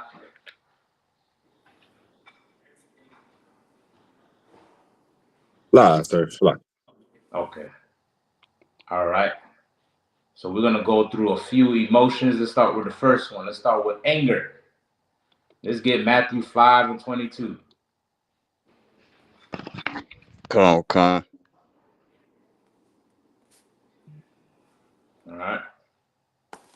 That was you, Drew. Come, sir. All right. Give brothers the time to grab it. All right, you can go ahead, Warren.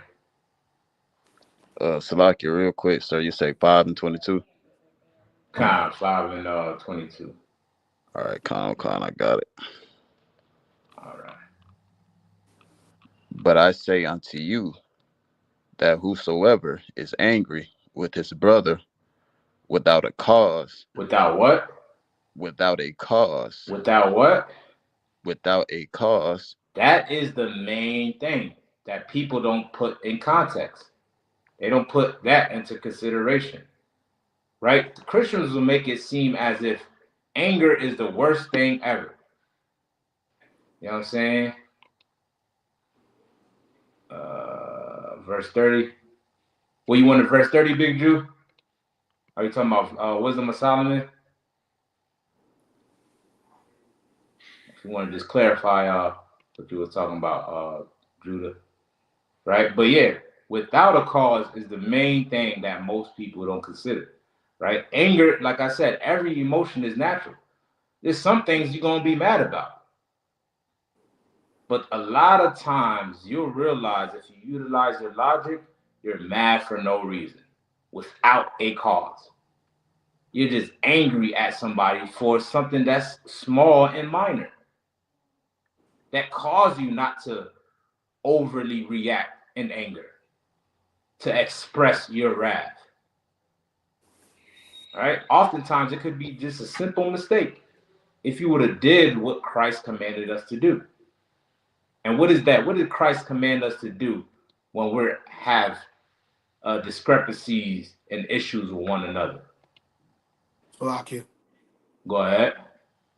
Supposed to go to him and thee alone. Go to him and him alone. Kamakan. Damn right. You know what I'm saying? Him and him alone. And if there's ever an issue, right? If there's ever an issue, at least you have the satisfaction of getting the understanding behind it and finding out if your anger is valid or not by going to this person, them and them alone.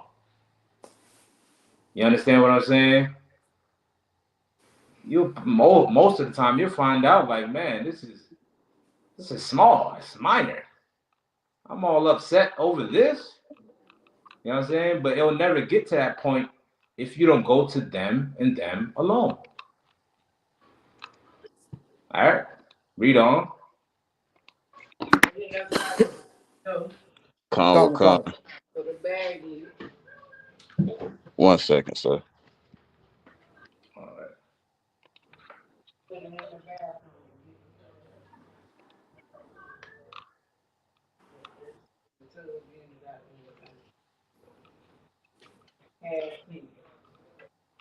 Con, well, con shall be in danger of the judgment,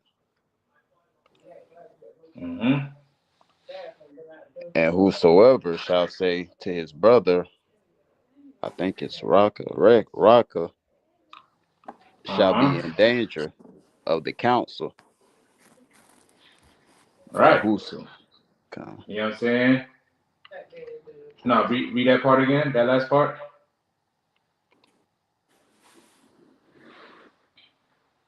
con will con.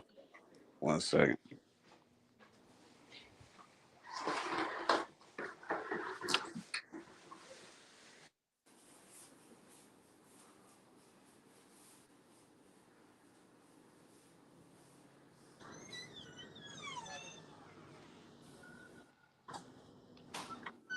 Salaki, sir, you said read that part over. The last part, Baba Kasha. Con will con. But whosoever shall say, wait, on trip, my bad. And whosoever shall say to his brother, Raka, shall be in danger of the council. Mm-hmm. But Right. whosoever, okay, Read on. but whosoever shall say, thou fool, shall be in danger of hellfire. Right. You know what I'm saying? You being angry with somebody without a cause, without no reason, for something small, for something minor, you know what I'm saying, is going to put you in danger. It's going to put you in danger where the Lord is going to judge you for it. Right? You angry with a person for no reason, and you ain't willing to go up to them and talk to them about it. Well, guess what? Then leave it alone then. But because we've been taught to make our emotions our God, we're quick to express it right then and there. You know what I'm saying? We just read how wisdom is more moving than any emotion. And the wise thing to do is to go to them and them alone. Right? Go ahead, Alsa Kanat. Like, sir, if I may, because what you're bringing out is heavy. And what is going on in the world today, we see the opposite. Like the internet teaches you to go on the social media and tell your whole business about what's going on with you and another person. And um, that's not by design. Like that's not how Christ wanted us to do things. So, like what you got going on in the world today is a person might have an issue with somebody, and the other person might not even know that this person have an issue with them. So then when they go on social media, it's a whole circus on there about how, you know, they don't like this person being fake. That's exactly like, all right, I'm gonna give you a prime example. When the Sakari group broke up,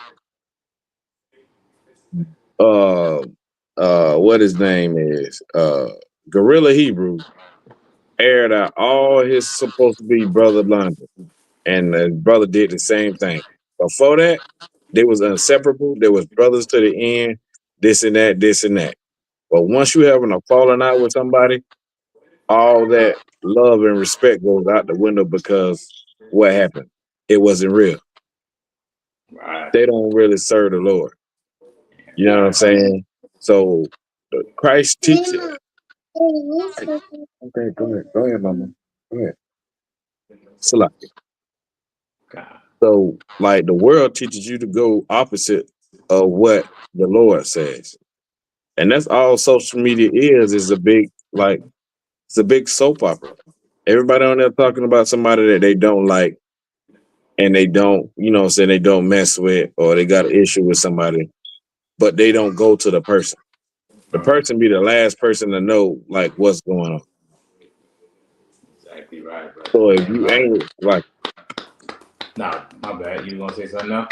no, I was just gonna say, so if you angry with somebody or you have an issue with somebody, 9 times out of 10, if you go to them and let them know what's going on, it could be reconciled Mm-hmm. without everybody's, you know what I'm saying, input, you know, in it. You know what I mean? Because when other people get involved, then things just get haywire. Ah, facts, man. You're exactly right, man. You know what I'm saying? Exactly right. You know what I mean? Having issues with people that they don't even know nothing about. Right? It's best to reconcile it rather than just being emotional about it. Because it's that little bit of spark is gonna turn into a whole fire now. You know what I'm saying? What you want to know is how to control your emotions.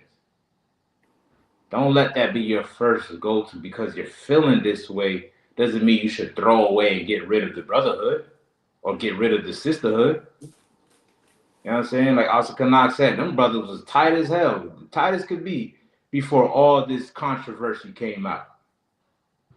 Right? And we just read in the verse, we have to purge out the old leaven to be in the spirit of sincerity and truth. If I sincerely fuck with you and I love you, you know what I'm saying? A falling out is not gonna make me want to air out your whole dirty laundry and start gossiping about you. You know what I'm saying? If I'm down with you, I'm down with you. You know what I mean? And if we don't see eye to eye, you know what I mean? That is what it is, what it is. You go your way, I go my way. Other than that, that doesn't give the license now to start to be extra cruel towards each other. That means all that love and all that feelings that y'all said y'all had for each other was nothing but a lie and BS. Nothing but a lie. It was insincere. You know what I mean? All right. If you have an issue, go to them and them alone and nobody else. All right. Don't hate your brother for no damn reason. Like somebody stepping on your shoes is not a probable cause for you to hate your brother. Somebody accidentally bumping into you is not a probable cause for you hating your brother. You know what I'm saying? None of that is valid enough for us to go out and kill each other, to load guns up and shoot down the neighborhood. All right? And that's all it is. A bunch of cats with guns who never learned how to control their emotions. They are either been raised by their mama or have no father figure, no older brothers to look up to. You know what I'm saying? And they seen what the girls and the females in their family did, and they respond the same way. And they go on and get some guns, load it up, and shoot up the whole damn neighborhood for what? Because your feelings is hurt? You know what I'm saying? Stuff like that is the reason why we are destroyed. So like you, sir. Go ahead. I can wait till you finish. So like I didn't mean to cut you. No, you got it. You got it. Work. Okay, because like what you bringing out is so heavy is like that's what you see like with our young brothers today. Like they so full of emotions and they don't know how to bring it out. They don't know how to deal with it because why? There's no masculinity around them. Mm-hmm. There's no men in the household. It's all women. You know what I mean? They being raised by either their mama, their grandma, or somebody that's, they can't teach them how to deal with their emotions. You know what I'm saying? That's why a father is needed in every house. Like these young men are crashing out because they're full of emotions, like you said, but they don't know how to deal with it. Nobody taught them how to conquer their anger or conquer their emotions or talk about things. Like, you know what I'm saying? And society, like I say it again, will make them feel like they're weak by talking about something that's bothering them, having a different feeling or a different emotion about something. You know what I'm saying? And that's why like men in the UPK are so needed in households because we teach brothers how to be men. Yeah, You know what right. I'm saying? We teach brothers how to deal with your emotions, how to conquer your feelings, and deal with things according to the law. Deal with things according to the Most High. Deal with things according to what our culture teaches us to do. Not to Damn be a right. part of these feminine movements and what I'm saying, to be all emotional, because once that high of emotion goes down and you react the wrong way, now you're looking at 20 years. Mm. That's what's going on with a lot of these brothers. They're in the heat of the moment, and there's nobody to talk them down and tell them the right things. And now the rest of their life is behind bars. Oh my God. Locked. Damn right. Yeah, Damn right, man. You know what I'm saying? yeah, Salaki Officer Tasha. Khan, go ahead.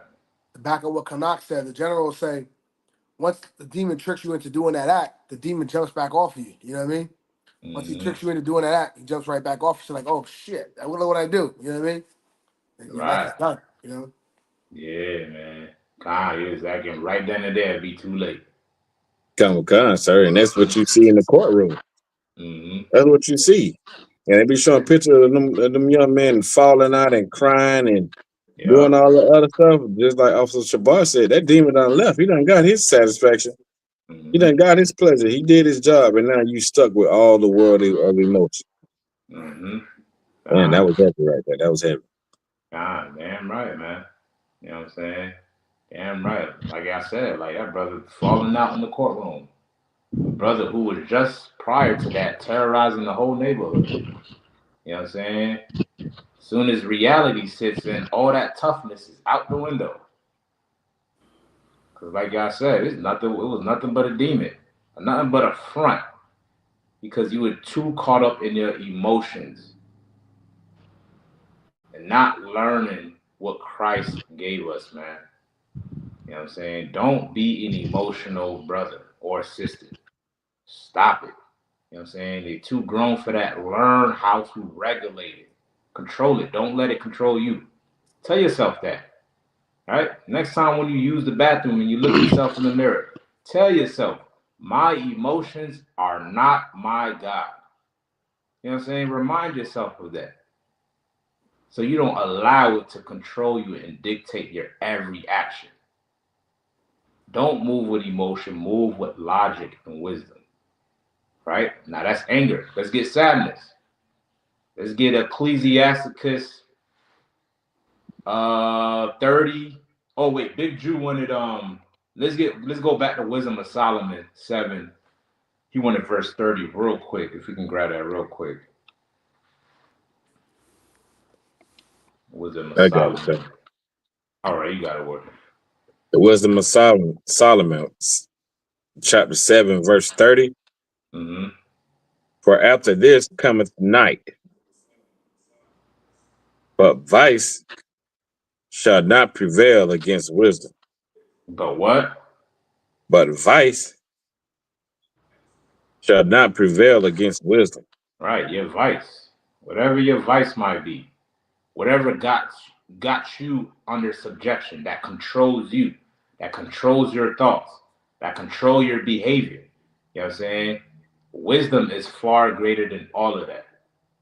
Even at the nighttime when you think nobody else is seeing, nobody else is watching. Guess what the Lord sees? There is no excuse for you to ever respond or rely on your emotions alone. There's no excuse for that.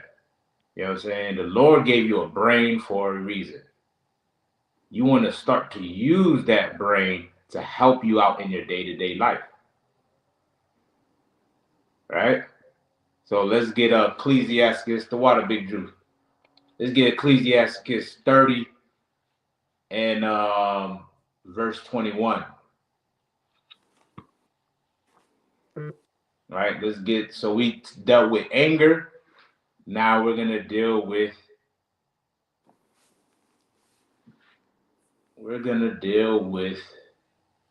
sadness. Right? Whoever Salaki got said, that can read. You go ahead. Ecclesiastes chapter 30, verse 21. Give not over thy mind to heaviness, Mm-hmm. and afflict not thyself in thine own counsel. Right. What is heaviness? What it means, give not your mind over to heaviness. What does the word heaviness mean? Go ahead. So like heaviness, would it be like sorrow, Yeah, guilt? God. Right, God. Sorrow, sadness, all that. Yeah, God. That's what heaviness, stress, all of that is heaviness. Worry, you know what I mean? The Bible says, give not that mind over to heaviness, right? And afflict not thyself in thy own counsel, right? What would be a quicker way to say that? What is another way to say, afflict not thyself in thy own counsel? Because So what like most people do when they're sad, go ahead, most people just lean on their own understanding. You know what I mean? which is true. But what does depression and sadness cause people to do sometimes? Oh, okay. So like you say. Go ahead. I would say um like it causes people to beat themselves up, so I say. Like to dwell in their sadness, like you say, depression and stuff cause people to like lose faith. You know what I'm saying? Lose strength in whatever, you know what I'm saying, they dealing with. I would say when you dealing with something like that, if you dwell on it too much, it'll make you, you know, it'll make you sick. Okay, which is true. I'm not doubting that. You know what I'm So saying? A like you lot said, of Con, go ahead, Shabar. I Shabar. want to take one stab at it. Could Mm-hmm. you just say isolation? A lot of that depression is isolation. Satan wants to isolate you to cut your brothers and sisters off, so that way he can attack you. Yes, I'll take that.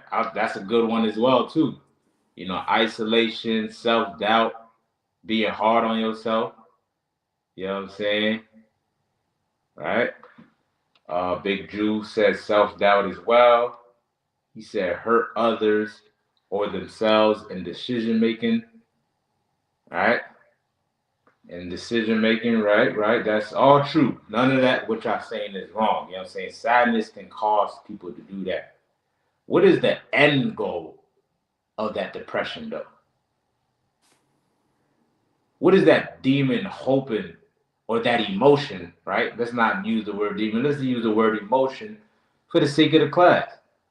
What is the end result that emotion is hoping to get out of you? So like Go ahead. it's hoping to kill you. Right. And how is that done most of the time with people with depression? Suicide. There you go. Right? They do it to themselves. You know what I mean? Because the depression will cause them to start afflicting themselves. Right? That's what the word afflict means. Right? To harm yourself. Right? And you're contemplating in your mind, well, man, I'm sad. Nobody loves me. I'm worthless. I am nothing. I might as well just leave this earth. You know what I mean? This is why you have to learn how to regulate your emotions, right? Sister says it cause you to sin. Right. Suicide is a sin as well, too. Hope y'all understand that, y'all. You know what I'm saying? And the thing is, I'm not knocking anybody who have dealt with suicidal ideations. You know what I'm saying? It happens. You know what I'm saying? The best thing you could do is seek help, right? Like Officer Shabar said, that emotion loves to isolate you. When you're excessive in your sadness, right? You tend to isolate yourself. Well, while you're isolating yourself, man, you're filled with so many thoughts. Man, thoughts race through your mind so fast, man. You don't know what to think. Next thing you know, you got a whole rope hanging from the ceiling, contemplating whether or not I should move this chair. You know what I'm saying? Or you got a blade to your wrist, contemplating whether or not you should cut deep into it. This is what happens. You know what I mean? Sadness can be a killer. It's an emotion that can kill you. Right? Read on.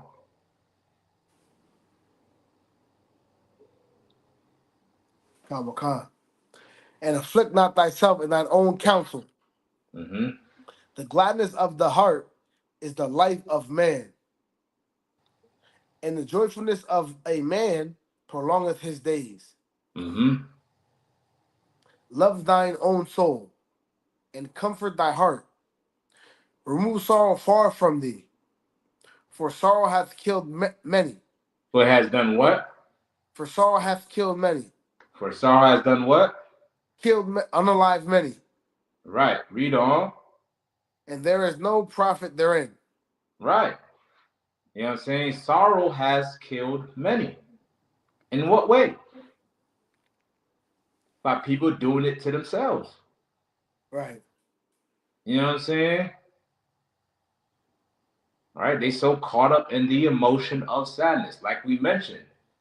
Right? Being emotional is when you're excessive in that particular emotion.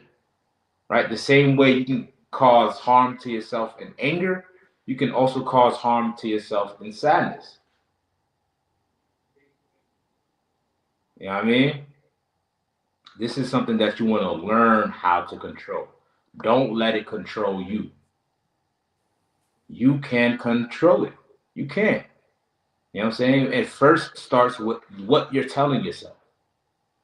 When you're sad, are you telling yourself that you're worthless? I know you may feel that way, right? Like we mentioned in the class, your emotions mediate your perception. Well, just because you perceive yourself that way doesn't mean it to be true. You have many people that love you, and you have to remind yourself of that. There's people out there that do think you're great. You are a benefit to this earth and to your nation. That's how you drive that sorrow away. You know what I'm saying? By pushing yourself not to be excessive in that emotion. Right? Read on.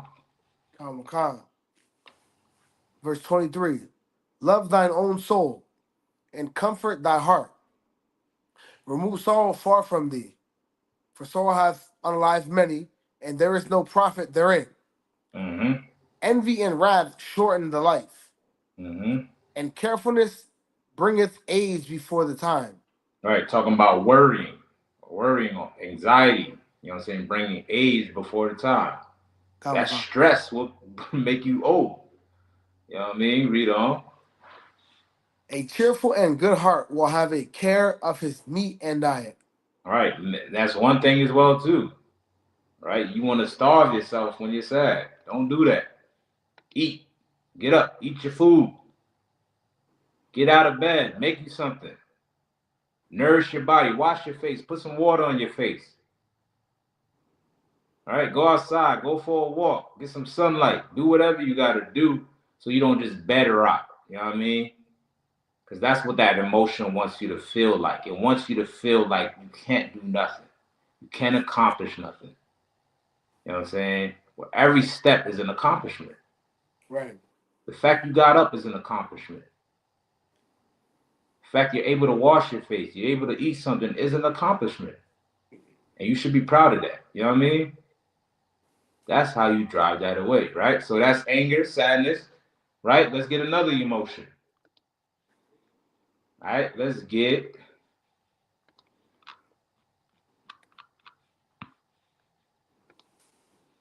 happiness. I'm probably spin y'all with this one. Let's get Psalms 137. 137. Con. You already know what I want, right?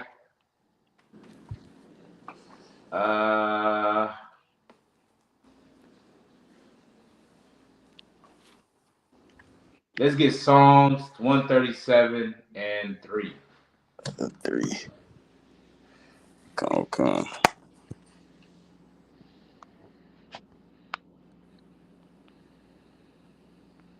Wakai. Got it, sir. All right. I was gonna let Drew read since you read last time. I'll let Drew. Wakai, no sweat. All right. All right, you got that, Drew.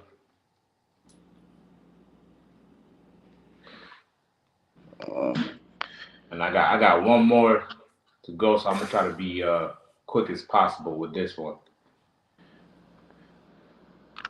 Con, you said 137-3, right? Con. Psalm 137-3. For there they that carried us away captive required of us a song, Mm-hmm. and they that wasted us required of us mirth, Of saying, what?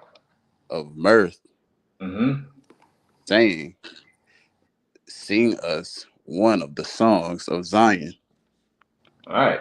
What is mirth? What does mirth means? Right. This is kind of a spin, right? I know y'all probably thought I was gonna get a verse that says, "Blessed be the one that serves Lord and joy and happiness and hallelujah all day." Nah, this ain't church, right? We gotta understand how to work to put our energy into, right? The oppressor, he wants you to live in bliss all day. That he only wants you to be distracted with just fun and fun alone. Right? But the Bible says those that took us away captive, right? Who is that? The so-called oppressor, the white man, right? This is the land of our captivity. And what they acquired of us, right? To sing a song, to dance around, right? To be their entertainment, to be satisfied with the fact that you made us slaves. Well, if you don't like it, go back to your own country. Ain't that what they tell us? Con. We're supposed to be satisfied with the little bit of crumbs that this devil gives us. The hell with that. Right. You know what I'm saying? What I want is not nothing out of the norm. Right? This is something that every nation has. The basic necessity of having a nation is land, government, and the military. Don't every nation on this earth have that? Right. What is wrong when black people ask for that? Or Hispanic people or Native Indian people ask for that? Now it becomes a problem. You know what I'm saying? How could I be happy in the land where my people are oppressed?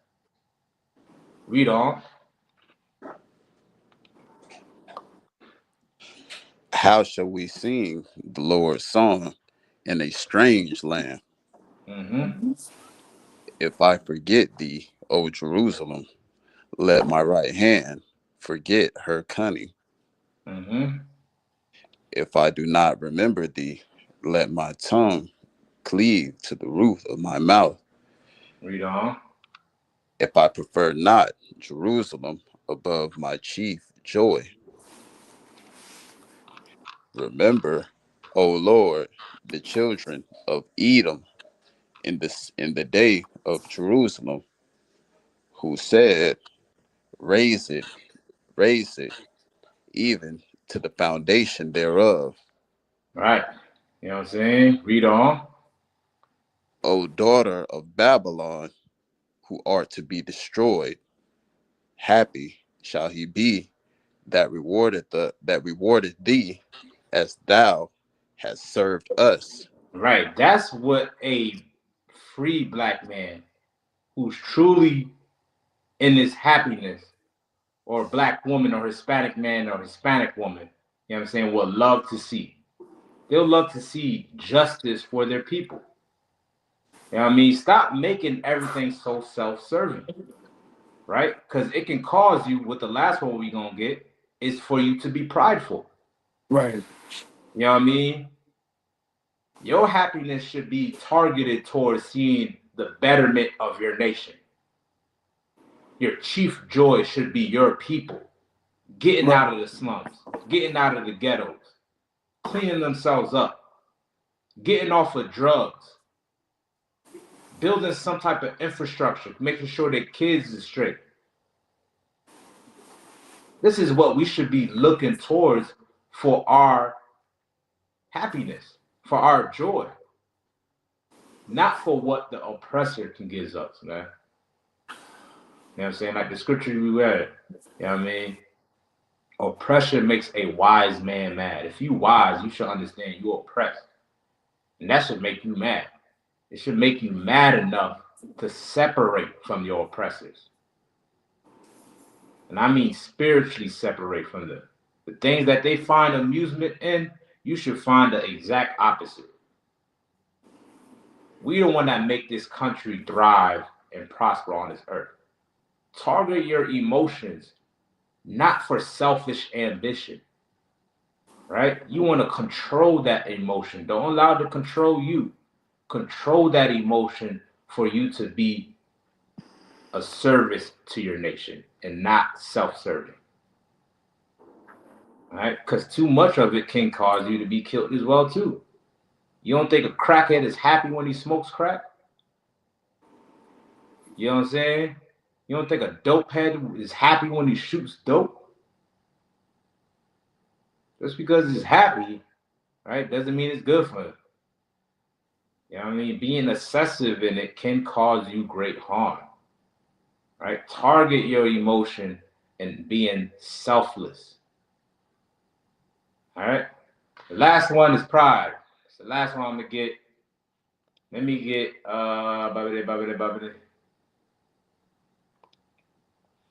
Let me get Wisdom of Solomon, chapter 10, verse 12.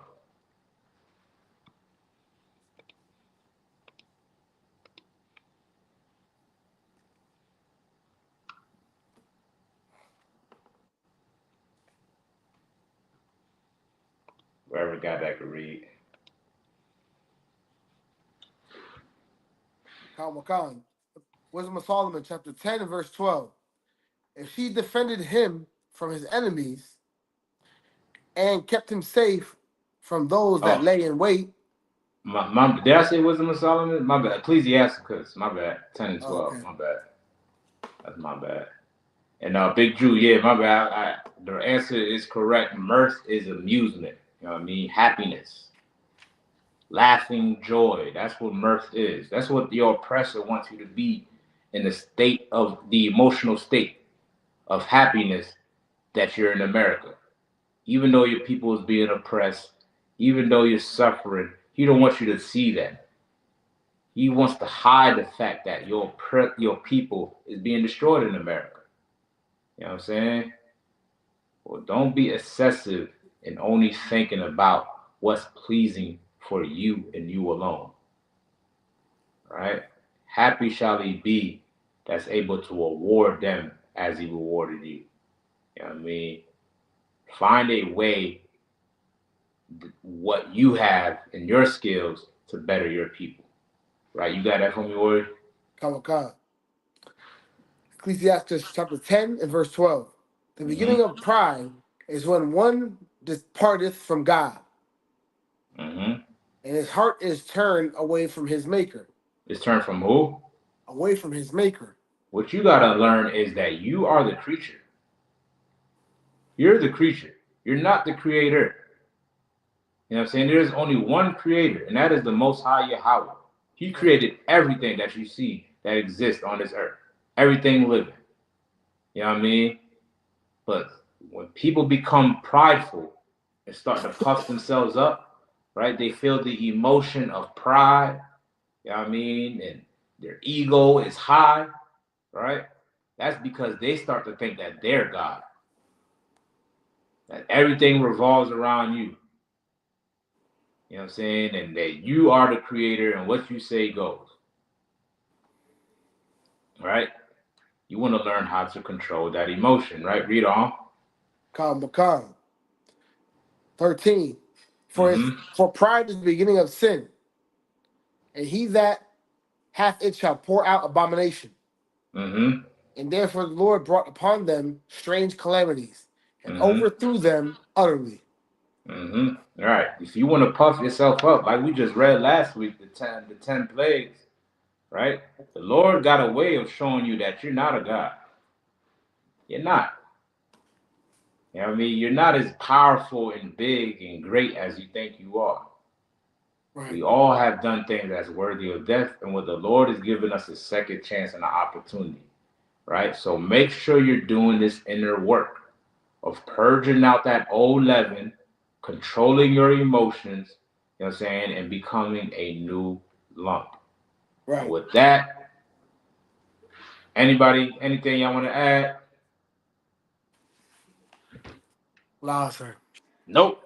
All right. With that, man, we're gonna end the class, man. Big up, give it up, give it up. The water to Officer Kanat, Officer Shabar, Young Man Drew, Young Man Fred, everybody in the chat, Big Drew, Love T, KJ the designer, you know what I mean, Bayana, all right. Kayara, Salaki, if I pronounce your name wrong, I apologize to Shayara. Everybody that tunes in, man, big up to y'all. Class will continue on, same channel. Make sure you like, share, subscribe, and shalom. Shalom. Yeah. Yeah, Shalom, Israel. shalom.